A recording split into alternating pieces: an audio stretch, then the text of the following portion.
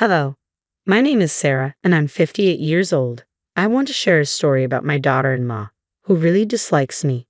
Many might think I've been mean to her, but that's not true. You need to hear my whole story to understand why she feels this way. I have one son who just turned 36 last month. He is the light of my life and has always been a good son. His father died when he was very young. I remember being at home with 3-year-old Harry when the police came to my door. They told me that my husband had been in an accident and didn't survive. I was devastated. As a stay-at-home mom, I had no income and almost no money. We were young and didn't have life insurance. My husband had a good job and wanted to take care of me, so we decided I would stay home with Harry. No one prepared me for what happened. I was a mess and I had to take care of my little boy. The little money I had went to medical bills. I had to beg my husband's family for money for his funeral. My own family had disowned me when I married, so I couldn't ask them for help. His extended family gave me some money for the funeral but nothing more. They said we weren't their problem, even though Harry was their blood. Even though I was heartbroken, I didn't have time to grieve. I had to earn money to feed my child and keep a roof over our heads. We moved into a small apartment. My neighbors Kimmy and her husband Jack helped me move and even babysat Harry while I worked 2 minimum wage jobs to get by. I will always be grateful for their help. Things got better when I found a new job with good paid medical insurance. I could afford therapy for myself and Harry without working extra jobs. I moved Harry to a better school and didn't need to rely on Cammy for babysitting anymore. I always tried to repay them for their kindness. When I got a better job, I offered to pay Cammy, but she always said, "Sarah, you're like a sister to us. We can't accept your money. Harry is almost like our nephew. You guys are family." I insisted, "You did so much for me. Please let me repay you. I feel terrible for taking advantage of you." She would reply, "Relax, Sarah. You're not taking advantage of us. We're happy to help. You are family." I finally said, "At least let me look after your dogs when you're away. Once your daughter is born, I'll be your primary babysitter. Please give me this chance to pay you back." After their daughter Shiloh was born, I was happy to babysit her whenever they needed me. Sheila and Harry grew up together and became best friends. As they got older, it was clear they had feelings for each other. By the time they graduated from college, they were in a solid relationship. I stayed friends with Cammy and Jack, but there was a problem. Shilah didn't like me at all.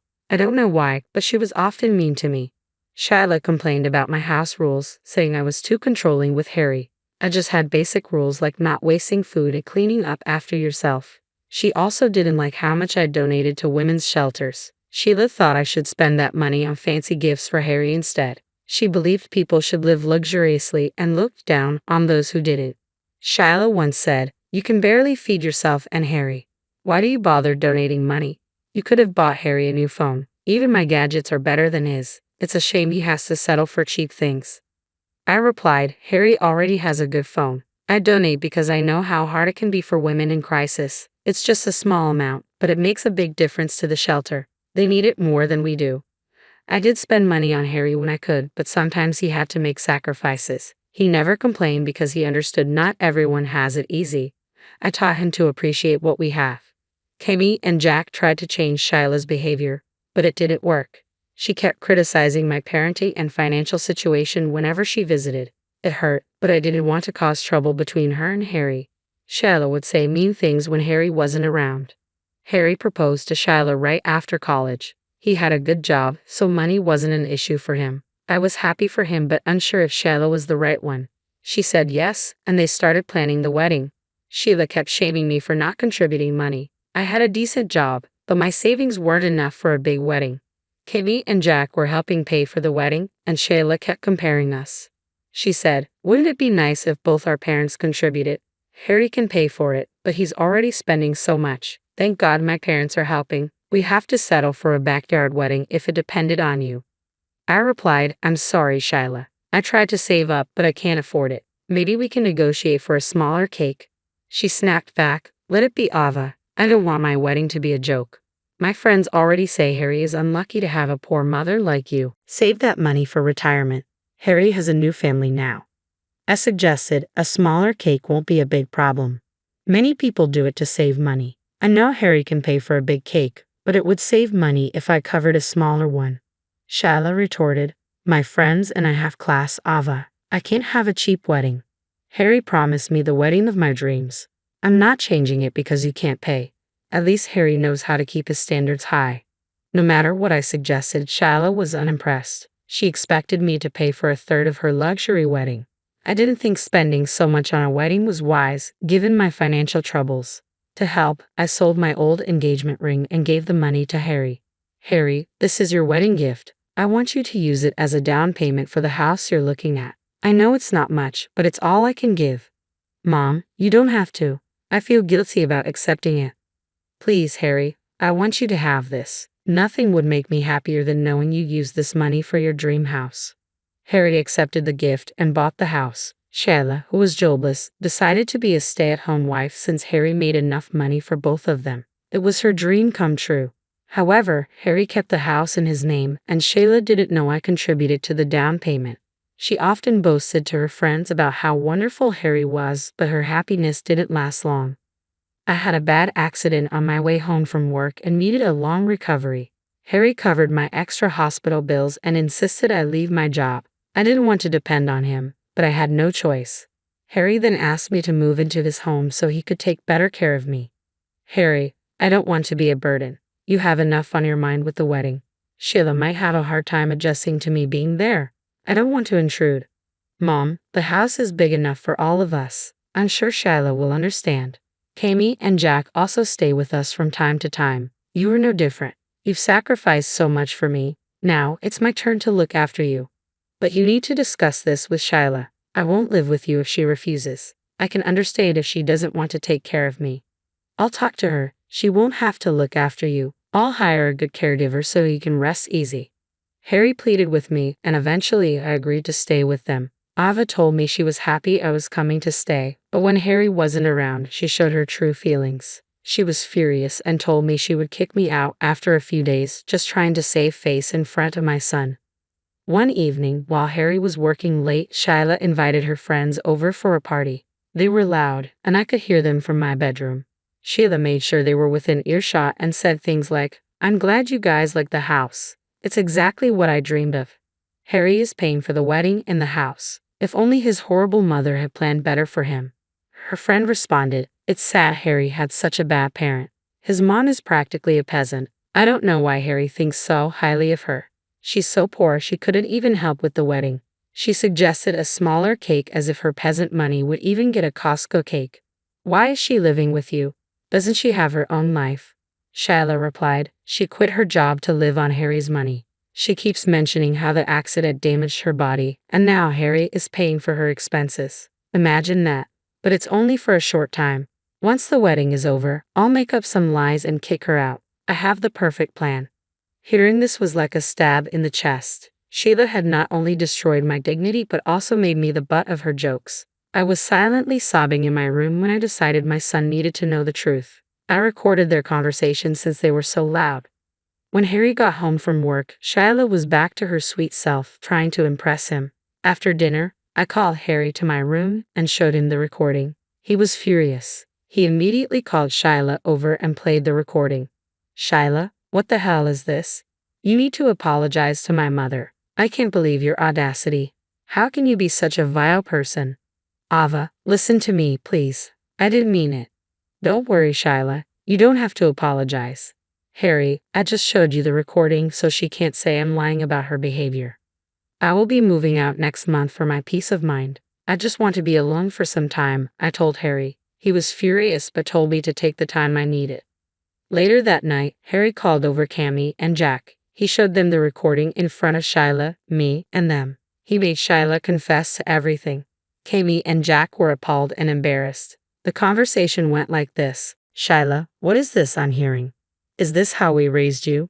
You know how much Ava struggled to raise Harry. She even took care of you and considered you her daughter. Is this what you think of her? I'm ashamed to ever think you are my daughter." "Please don't say that, Kami. It's not your fault. She is a grown woman and can form her own ideas. You better apologize to Ava for what you said, Shyla. She may not forgive you, but it's the least you can do." "Ava, I'd also apologize on her behalf. I don't know where we went wrong with her." "No, Jack, you don't need to apologize. You both have done nothing wrong. I know I have become a burden to Harry." "Mom, Don't say that. It was my decision to take care of you. Shyla, you should be ashamed of yourself. I can't even look at you right now. You're jobless, yet you speak this way about my mom?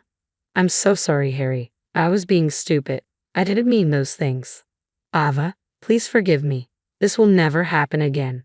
No, an apology is not enough. I'm canceling the wedding for good. You need to move out and get a job. Do you really think I can marry you after this? No, no, no, Harry, please don't do this. I beg you. Shyla, I think this is best for you. You need to get a job and learn what it's like to support yourself. We've coddled you for too long. It's time you learned how hard it is to be financially independent. Harry, you know I've never worked before. How will I find a good job? I might have to work at Walmart or restaurants. No one else will hire me. Good, that's how you learn the importance of money. My mother worked those jobs to support me. If she can do it, so can you. Perhaps this will teach you to be empathetic towards others. This is the only way for you, Shyla. Your father and I won't be supporting you anymore. We're canceling all your memberships as well. And don't think you can stay in this house. My mother sold her engagement ring to give me the down payment money. If anyone has the right to live here, it's her. I won't make her feel unwelcome. You'll be moving out immediately. Shyla kept sobbing and begging everyone to listen to her. She apologized to me over and over again, but the damage was done. Harry was adamant about canceling the wedding and ending the relationship. Sheila moved out the next day into her parents' house. However, Shyla harassed Harry every day with constant phone calls. It got so bad that he had to block her. Even then, she started calling him from her friends' numbers. One day, Shyla came over to the house and cried, saying, Harry, I really need you right now. My parents are threatening to throw me out if I don't get a job. They refuse to pay for my phone bill. Please take me back, Harry. You deserve every bit of this treatment. All these years, I thought you were a nice person, but you were cruel. Don't say that, Harry. I love you so much. Do you know what I'm going through? My friends don't want to hang out with me because I have no money. I can't get a good job because I have no experience. My poor mother managed just fine. She fed 2 people on minimum wage jobs. You only have yourself to take care of. You are not special. That woman is the reason I'm in this situation. Ava, why are you such a leech? I should have kicked you out when I had the chance. Wow. You just don't learn, do you? Thank God I told my son the truth. Otherwise, he would be stuck with someone like you. I've had enough of you, Shyla. You need to leave immediately. Don't even think about stepping foot in this house again. I will call the police next time you show up. Sheila was slowly becoming hysterical before my son threatened to call the police again. She left looking defeated but not before throwing me some disgusting looks. I decided to call Cammy and Jack to tell them about what happened, warning them that we might have to call the police on their daughter. When Cammy heard what happened, she thanked me for telling them. She cut the call, and I didn't hear from her for a month.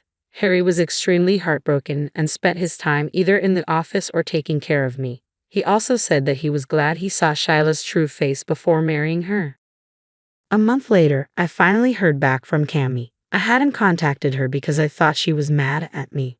When she finally called, she said, Ava, I'm sorry for being out of touch this past month. So much has happened, and everyone got overwhelmed. I wanted to give you space so you could decide if you still wanted to keep in contact. You're talking about Cammy? All this time, I thought you were mad at me. We were like sisters, remember? I would never cut you off. Besides, it wasn't even your fault. I could never be mad at you, Ava. It was because of my stupid daughter that this happened. I can't believe I raised such a vile human. You tried your best. Unfortunately, she had such bad friends. She can easily change her thinking, but she just won't. Well, I think it's time she learns. We have kicked her out. She had a month to find a place and move. It's about time we start teaching her about the real world. She's working at McDonald's but hates it. We do talk, but neither Jack nor I send her any money. I think she's staying with 3 other girls in a cheap apartment. Her friends dropped her the moment she didn't have any money to spare. Has Shyla's attitude improved even a little? Unfortunately, no. She still cries about Harry and blames you for ruining her life. We tell her it's all her fault. Sheila still thinks she's too good to work. I guess her delusion isn't cooperating with her right now. We will try our best to set her straight. We have even offered to pay for therapy. If she doesn't improve, we might go low contact. We talked for hours and made things good between ourselves. She was sad she couldn't have Harry as her son-in-law, but understood that it was for the best. Both Cammy and Jack have said they will always consider Harry as one of their own. I'm glad we can maintain a relationship despite everything. A few months later, Harry and I had to put a restraining order against Shyla. She showed up at the house and thrashed my car, which was in the driveway. She also attacked the door when I told her I was calling the police. The security cameras caught everything. The police got there and told her to leave. Both Harry and I decided to file for restraining orders. I decided against pressing charges because it wasn't worth it anymore. Harry decided to buy me a new car so that I wouldn't have to worry about transportation. I'm still living with my son. Cammy and Jack also keep visiting from time to time. Every time we talk about what happened with Shyla, they are still mortified by her behavior.